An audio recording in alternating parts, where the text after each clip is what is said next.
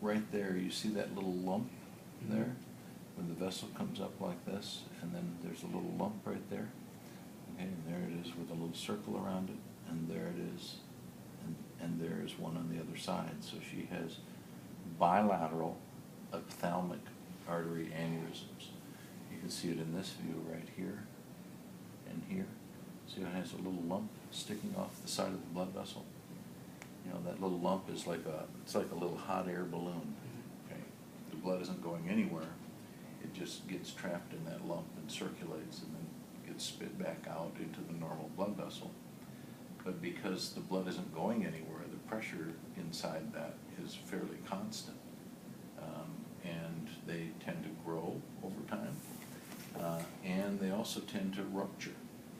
And the risks of a rupture from an aneurysm like that are somewhere between 1% and 3% per year. So that means if you have 100 people with a lesion like this every year, 1% to 3% of them will have a rupture. And if the rupture occurs, it can be really catastrophic. It can be a terrible thing. The risks are higher in people who smoke, who have diabetes, or have high blood pressure. So those are sort of three of the big risk factors that are involved. We know that people walking around by the age of 60, somewhere around 5% of the population has an aneurysm. And they don't know about it. And most of them will get through their life without there ever being a problem from it. But once we find an aneurysm, it's much safer to treat it before it's caused a problem and before there's any leakage than after. Once an aneurysm ruptures, almost half of the people will wind up either dead immediately or neurologically badly damaged. And then the question is whether we can bail them out with surgery or not. And it's a big, high-risk situation then. When the aneurysm hasn't ruptured and we just find it and somebody's living their normal life, typically we'll go in and operate on them. And they'll be home within 4 or 5 days, and they'll be back to work in a month. So the difference between once it ruptures and before it ruptures is like night and day. So let's see. Well, the first question, would you like to please state your name? Craig Andrew VanderVeer. What is the name of your practice? This is Carolina's Neurosurgery and Spine Associates. It's a private practice. In other words, the doctors here, we own the practice. It isn't owned by the hospital or anyone else.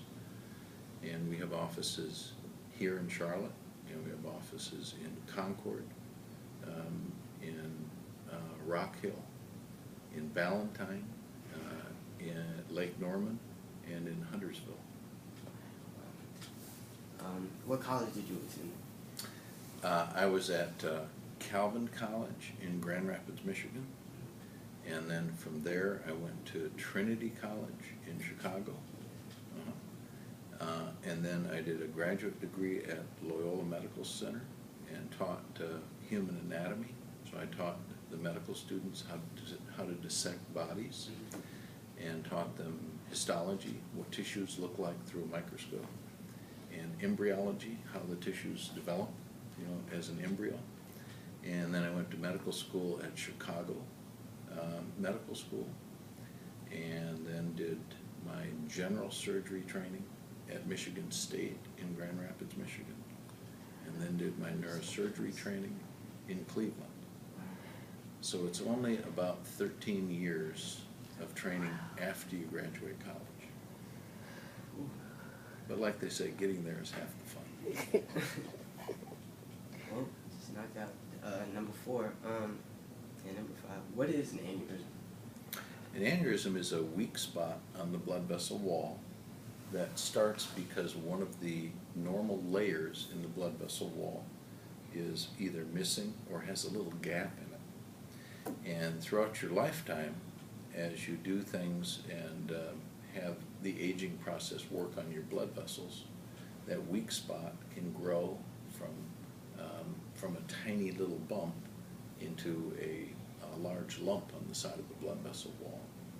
You know, so if we're going to draw an aneurysm, you know, it might look on a normal blood vessel at the point of the blood vessel branching. You know, it may start off as a little lump like that on the blood vessel wall, and the blood vessel goes on and splits later on. And as you age, the pressure inside the blood vessel may make this grow and grow and grow. But this is very much like a balloon. When you blow up a balloon, the balloon gets bigger, but no material really gets added to the wall of the balloon.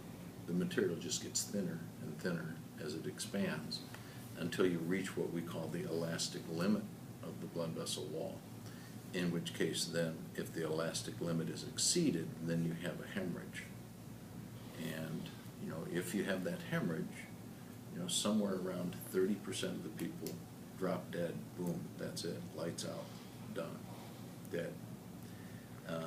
Another 30% of the people are neurologically pretty badly damaged, and some of those people aren't going to survive. And then the remainder of the people make it to the hospital, and those are the people then that we can treat with surgery, you know, to go in and repair the aneurysm. So what is an hemorrhage? Like, what is it? What is a hemorrhage? Well, hemorrhage is it's a form of a stroke, but this kind of stroke occurs not inside the brain tissue, but it occurs in the layer that's between the skull and the brain itself, where all the big blood vessels are at the base of the brain. So it's in the spinal fluid space. And if that aneurysm ruptures, then it spills blood into your spinal fluid. And the blood that it spills is not real passive. It's arterial pressure, so it's high pressure. And then it's just a matter of providence, whether God wanted you to survive or not. And you survive if you develop a little clot across the top of the aneurysm that walls off the hemorrhage. And if you don't develop a clot fast enough, then you don't survive. What are some symptoms a person may have that indicate that they may be having an aneurysm?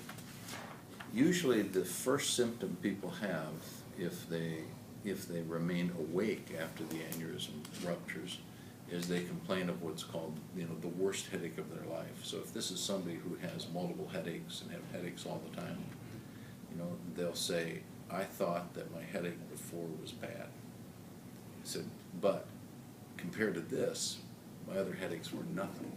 So it's the worst headache of their life, or they're just found down on the floor, unconscious, if they've survived the hemorrhage.